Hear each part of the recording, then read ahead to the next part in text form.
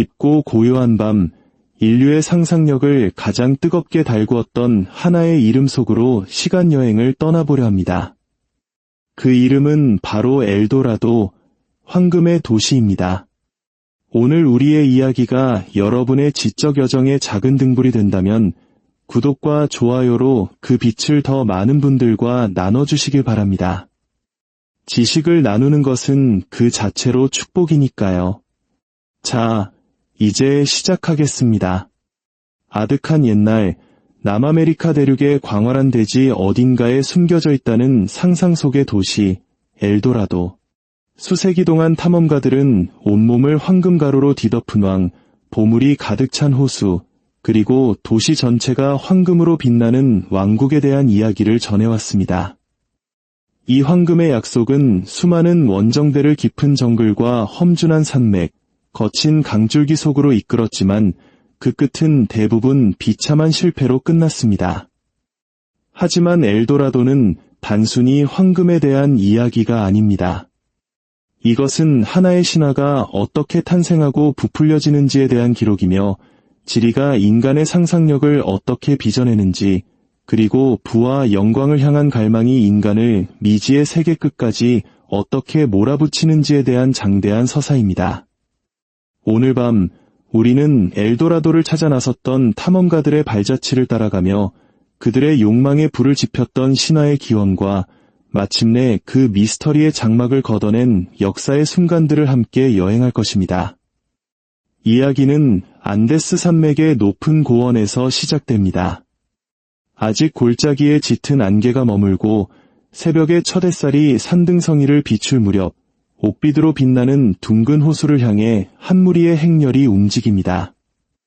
무이스카족이 과타비타라 부르는 호수였습니다. 그들에게 이 호수는 단순한 지형이 아니라 현실 세계와 신과 조상들의 영역을 잇는 신성한 문이자 살아있는 존재였습니다. 갈대 피리와 북을 든 악사들이 장엄한 리듬을 연주하고 사제들은 태양과 달의 가호를 비는 주문을 외웁니다. 귀족들은 한 걸음 한 걸음 내디딜 때마다 번쩍이는 가슴 장식과 귀걸이를 하고 질서정연하게 행진합니다. 행렬의 중심, 갈대로 엮은 뗏목 위에는 남부 무이스카의 새로운 통치자가 서 있습니다. 그의 온몸은 눈부시게 빛나고 있었습니다. 시종들이 그의 몸에 끈적한 수지를 바르고 그 위에 황금가루를 꼼꼼히 뿌려 샛별처럼 빛나게 만들었던 것입니다. 훗날 스페인 사람들은 그를 엘도라도, 즉 황금의 인간이라 부르게 됩니다. 바로 이 뗏목 위에서 벌어진 의식이 근대 세계에서 가장 강력한 전설 중 하나의 씨앗이 되었습니다. 이 의식은 새로운 통치의 시작을 알리는 대관식이자 신성한 서약이었습니다. 황금 인간은 산처럼 쌓인 봉헌물 한가운데 섰습니다.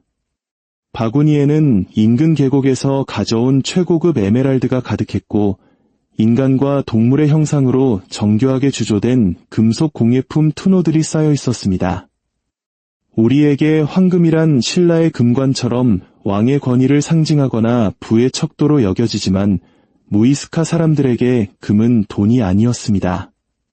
그것은 태양의 땀이라 불리는 신성한 물질이었습니다. 그 귀한 것을 호수에 바치는 행위는 신의 것을 신성한 존재에게 되돌려주는 지극히 영적인 의례였던 것입니다. 사제들이 뗏목을 호수 중앙으로 밀자 원형 극장처럼 언덕을 가득 메운 군중은 숨을 죽였습니다. 뗏목이 호수 한가운데에 이르자 음악 소리는 더욱 커지고 통치자는 앞으로 나아가 보물들을 물속으로 던졌습니다. 이는 부의 과시가 아니었습니다. 금을 신성시했던 무이스카인들에게 이 행위는 인간의 권력과 신성한 자연 사이의 계약을 갱신하는 의식이었습니다. 어떤 기록에 따르면 황금인간은 의식의 마지막에 직접 호수로 뛰어들어 몸에 황금가루를 씻어냈다고 합니다. 광채로 뒤덮였던 몸이 평범한 육신으로 돌아가는 순간 모든 부는 신에게 바쳐지고 인간 세계와 자연의 조화는 다시 한번 굳건해지는 것이었습니다. 이 이야기가 유럽인들에게 전해졌을 때 그들은 이 의식의 깊은 영적 의미를 듣지 못했습니다. 그들의 귀에는 오직 황금이라는 단어만이 맴돌았습니다. 상인과 포로들을 통해 카리브해 연안으로 퍼져나간 이야기는 부풀려지고 왜곡되었습니다. 온몸에 황금을 바르는 족장, 보물이 가라앉아 있는 호수에 대한 소문은 유럽인들의 탐욕에 불을 지폈습니다. 의식의 배경이 된 무이스카 문명은 현재의 콜롬비아 중앙고원에 자리 잡은 부족 연맹체였습니다. 그들은 소금과 비옥한 토지를 바탕으로 풍요로운 경제를 이루었고 정교한 교역망을 통해 목화, 코카잎, 그리고 아름다운 금속 공예품을 거래했습니다. 이 안정되고 번영한 사회 속에서 과타비타 호수의 의식은 공동체의 질서와 우주의 조화를 유지하는 핵심적인 역할을 했습니다. 하지만 유럽인들의 눈에는 이 모든 것이 다르게 보였습니다. 멕시코의 아즈텍 제국과 페루의 잉카 제국을 무너뜨리며 상상조차 할 수 없는 부를 목격했던 스페인 정복자들. 그들은 풍요에 대한 모든 소문이 또 다른 정복의 대상, 즉 제2의 잉카를 가리킨다고 믿었습니다. 그들의 편지와 일지에는 부, 광산, 보물이라는 단어가 주문처럼 반복됩니다. 호수에 보물을 던졌다는 이야기를 듣고 그들은 그것을 인출해야 할 거대한 은행 계좌로 상상했습니다. 신성한 봉헌의식은 곧 축적된 부에 대한 소문으로 변질되었고 황금의 인간은 황금의 도시라는 거대한 신기루로 바뀌어 버렸습니다. 16세기 중반 마침내 스페인인들이 고원에 도달했을 때 그들은 무이스카인들의 금에 대한 매혹과 호수에 대한 경외심의 증거를 곳곳에서 발견했습니다. 하지만 황금으로 뒤덮인 도시는 어디에도 없었습니다. 애초에 그런 도시는 존재하지 않았으니까요. 수세기 후 파스카라는 작은 마을 근처에서 길이 한 뼘도 되지 않는 작은 유물이 발견되었습니다. 그것은 금으로 주조된 뗏목 모형이었습니다. 뗏목 중앙에는 지도자가 서 있고 그 주위로 시종들이 깃발과 봉헌물을 들고 있었습니다. 바로 과타비타 호수의 의식을 생생하게 재현한 것이었습니다. 반세기 동안 대륙을 뒤흔들었던 전설은 이처럼 한 세계의 균형을 유지하기 위해 치러졌던 빛나고도 엄숙한 실제 의식에서 시작되었습니다. 진실의 씨앗은 그렇게 탐욕의 토양 위에서 거대한 신화의 나무로 자라났던 것입니다. 엘도라도 이야기는 처음에는 다른 소문들과 뒤섞인 채 퍼져나갔습니다. 지도 위의 한 점으로 고정되기 훨씬 전부터 마을에서 마을로, 카누에서 범선으로 옮겨다니는 뜬 소문에 불과했습니다. 하지만 이 소문은 시대의 요구와 완벽하게 맞아떨어졌습니다. 아즈텍과 잉카의 정복은 스페인 왕실에 엄청난 부를 안겨주었고 병사들은 모든 산 너머에 또 다른 황금 제국이 기다리고 있을 것이라는 확신에 차 있었습니다. 스페인 본국에서도 황제는 유럽 대륙에서의 전쟁 비용을 감당하기 위해 막대한 금은이 필요했습니다. 아메리카 대륙의 소문은 유럽의 필요에 의해 진실이 되어야만 했습니다. 1520년대 후반 독일의 벨저 가문이 베네수엘라 식민지 개척권을 확보하자 그들은 독일인 탐험대장들을 보내 부유한 내륙을 찾게 했습니다. 암브로시우스 아잉거, 게오르크 폰 슈파이어, 니콜라우스 페더만 같은 탐험가들이 수년에 걸쳐 광활한 초원과 설산을 헤맸지만 그들이 마주한 것은 언제나 더 부유한 민족이 저 너머에 있다는 막연한 이야기뿐이었습니다. 남쪽에서는 잉카를 정복한 피사로의 부하들이 페루와 에콰도르에서 북쪽으로 세력을 확장했습니다. 세바스티안 대 벨랄카사르는 새로운 지역을 점령할 때마다 똑같은 질문을 던졌습니다. 금은 어디서 나는가? 누가 교역을 지배하는가? 대답은 항상 북쪽의 고원지대를 가리켰습니다. 그리고 마침내 곤살로 히메네스 대 케사다가 이끄는 원정대가 늪과 정글을 뚫고 마그달레나 강을 거슬러 올라 1537년 무이스카의 고원에 도달했습니다. 바로 그곳에서 흩어져 있던 모든 소문이 근원지를 발견한 것입니다.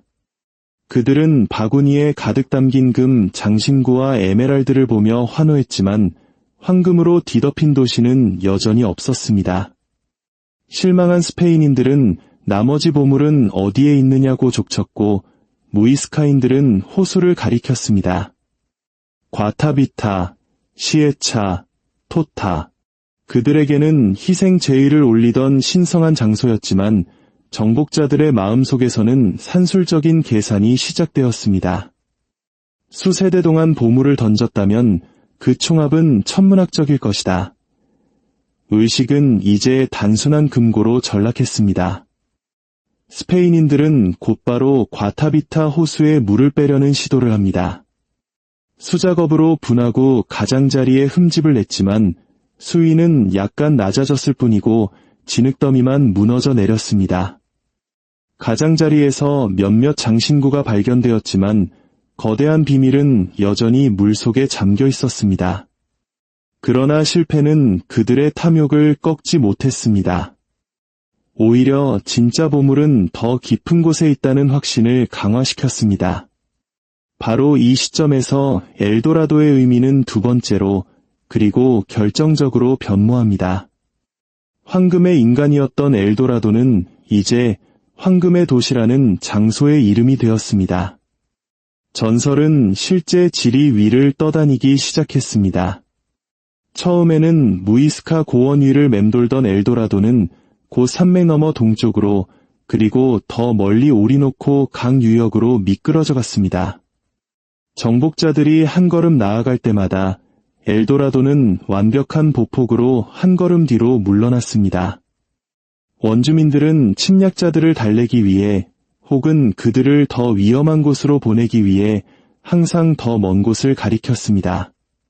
1538년 이 황금의 소문은 마침내 3명의 경쟁자를 같은 장소로 불러 모읍니다. 북쪽에서 온 케사다, 동쪽에서 온 독일인 페더만, 그리고 남쪽에서 온 벨랄카사르.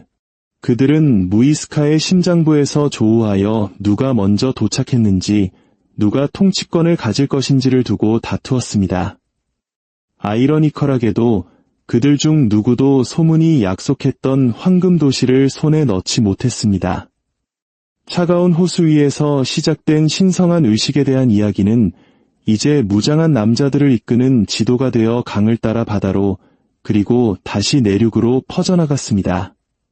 전설은 이미 시작되었고 그 거대한 여정은 이제 막 첫발을 떼었을 뿐이었습니다. 케사다의 원정대는 마그달레나 강을 따라 천천히 나아갔습니다. 늪지대의 검은 진흙의 말들이 쓰러지고 찌는 듯한 더위와 열병이 병사들을 덮쳤지만 그들은 멈추지 않았습니다. 강 너머 차갑고 높은 평원에 금과 에메랄드를 다루는 민족이 살고 있다는 소문이 그들을 사로잡았기 때문입니다. 수개월의 고된 행군 끝에 해발 2500m 고원 분지에 도달했을 때 그들은 소문이 사실이었음을 확인했습니다. 무이스카 족은 정교한 사회를 이루고 있었고 그들의 몸과 집은 금으로 빛나고 있었습니다. 첫 만남은 경이로움과 폭력이 뒤섞인 채 시작되었습니다. 스페인인들은 무이스카의 남부 수도인 바카타와 북부의 훈사를 차례로 점령했습니다. 그 과정에서 수많은 금 공예품과 에메랄드를 약탈했습니다. 그 양은 실로 엄청나서 스페인인들은 자신들이 마침내 소문이 근원지에 도달했다고 확신했습니다. 하지만 여전히 황금 도시는 없었습니다. 실망감은 곧 새로운 탐욕으로 방향을 틀었습니다. 그들의 시선은 이제 신전에서 분화구 호수로 향했습니다. 수차례에 걸친 과타비타 호수 물빼기 시도는 미미한 성과만을 거두었을 뿐 호수는 비밀을 굳게 지켰습니다. 케사다는 고원을 장악하는 한편 탐험가들의 시선은 지평선 너머로 향했습니다. 동쪽으로는 오리노코 강으로 이어지는 광활한 초원이, 남쪽으로는 아마존의 발원지가 되는 수천 개의 물줄기가 있었습니다. 이제 엘도라도는 안데스 고원을 떠나 아무도 본 적 없는 동쪽의 미지의 땅으로 그 자리를 옮겼습니다. 그 무렵 키토에서는 또 다른 원정대가 꾸려지고 있었습니다. 1541년 곤살로 피사로는 계피의 나라와 엘도라도를 동시에 찾겠다는 야심찬 목표를 가지고 동쪽으로 향했습니다. 수백 명의 스페인 병사와 수천 명의 원주민 동맹군, 그리고 식량으로 쓸 돼지떼가 안데스 산맥을 넘어 아마존의 녹색 심장부로 들어섰습니다. 탐험은 곧 재앙으로 바뀌었습니다. 굶주림과 질병이 만연한 강가 캠프에서 피사로는 부관이었던 프란시스코 대 오레아나에게 수십 명의 병사와 함께 배를 타고 하류로 내려가 식량을 구해오라는 명령을 내립니다. 하지만 한번 아마존의 거센 물살을 타자 거슬러 올라오는 것은 불가능에 가까웠습니다. 오레아나와 그의 부하들은 운명적인 결정을 내립니다. 상류로 돌아가는 대신 강이 바다로 이끌어주리라는 희망을 품고 계속해서 하류로 나아가기로 한 것입니다. 그들의 여정은 인류 역사상 최초의 아마존강 완주라는 위대한 탐험으로 기록됩니다. 그들은 강둑을 따라 끝없이 이어진 마을들, 정교한 도로와 거대한 카누들을 목격했습니다. 아마존은 황량한 미개척지가 아니라 수많은 사회가 번성하는 문명의 회랑이었습니다. 어느 날 그들은 여성 궁수들을 포함한 원주민 부대와 격렬한 전투를 벌입니다. 이 경험은 고대 신화 속 여전사 부족 아마조네스를 떠올리게 했고 강은 아마존이라는 이름을 얻게 됩니다. 그들은 또한 오마과라 불리는 부유한 부족에 대한 이야기를 듣습니다. 거대한 정착지에 살며 빛나는 금속 장신구를 착용한다는 소문은 엘도라도가 바로 이곳 아마존 유역에 있을 것이라는 새로운 희망을 심어주었습니다. 수개월간의 표류 끝에 오레아나의 탐험대는 마침내 대서양에 도달합니다. 살아남은 이들은 뼈만 앙상했지만 그들의 이야기는 엘도라도 전설의 지도를 완전히 바꾸어 놓았습니다. 이제 황금의 도시는 차가운 고원이 아닌 물이 길을 만드는 끝없는 녹색의 미궁 어딘가에 숨겨져 있을 것이라 모두가 믿게 되었습니다.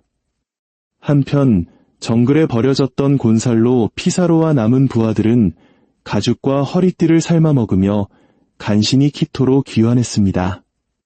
그들이 얻은 것은 아무것도 없었지만 그들이 남긴 실패의 기록은 새로운 탐험가들을 아마존의 거대한 물줄기 아래로 유혹하는 초대장이 되었습니다. 16세기 엘도라도 탐험사에서 가장 어두운 장은 페드로 대 우르수아의 원정대에서 시작됩니다. 1560년 그는 오마과 부족과 황금 왕국을 찾으라는 공식 임무를 받고 탐험에 나섭니다.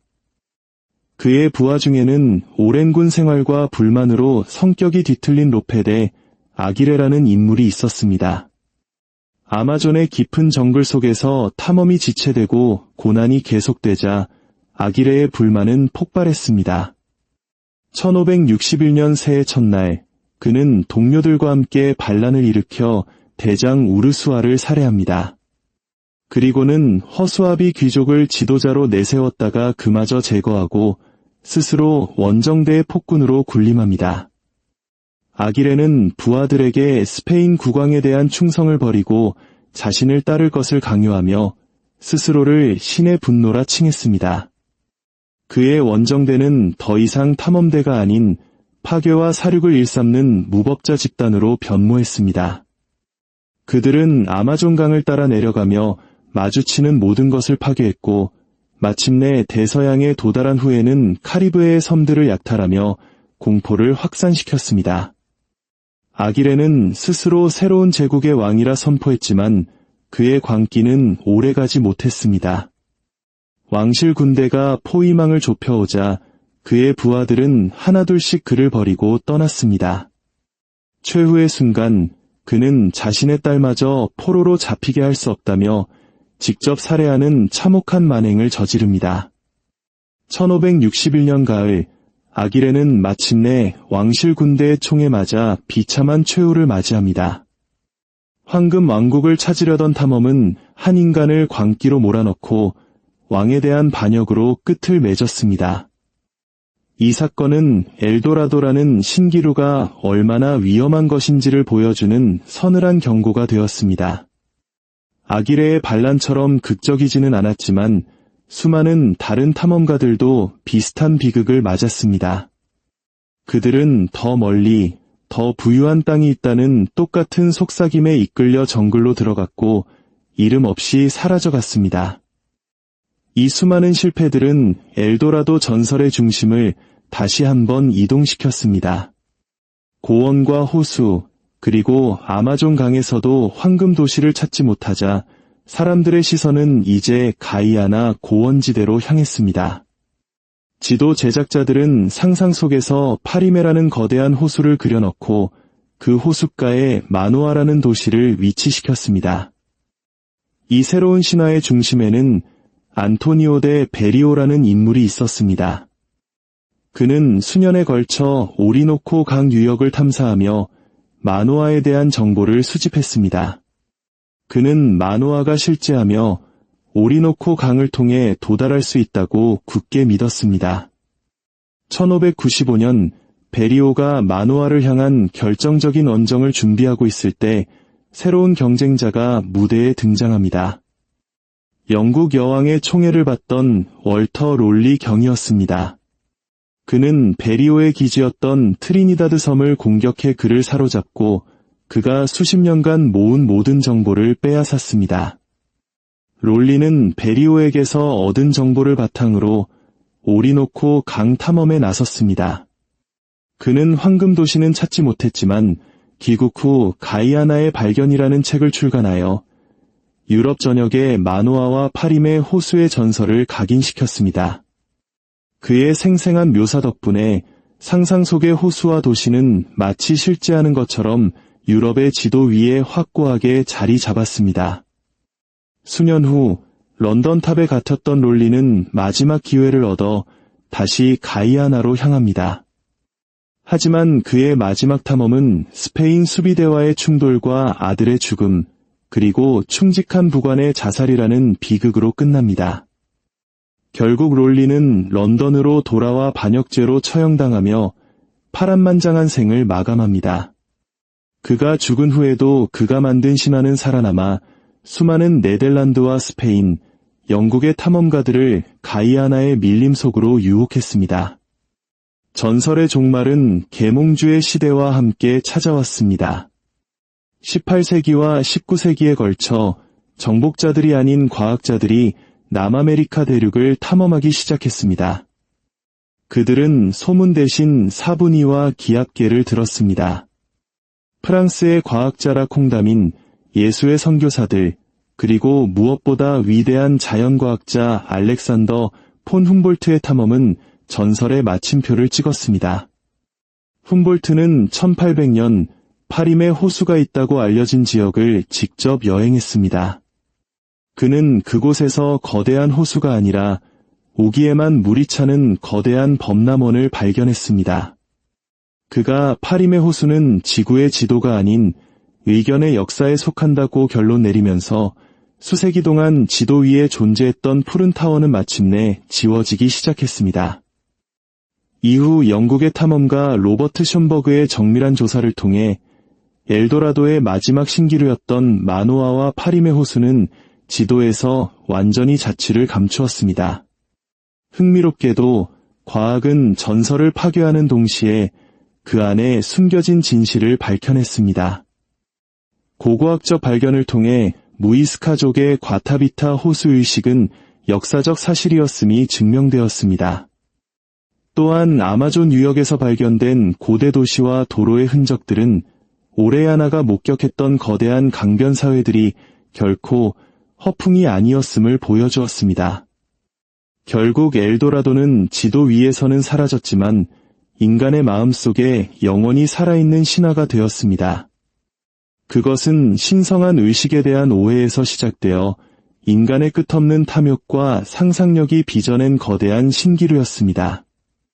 황금 도시는 없었지만 그를 찾아 헤맸던 수많은 이들의 비극적인 이야기는 부와 영광을 향한 인간 욕망의 본질에 대해 우리에게 깊은 성찰을 남깁니다. 오늘 밤 우리의 이야기가 여러분의 마음에 작은 울림을 주었기를 바랍니다. 편안한 밤 되십시오.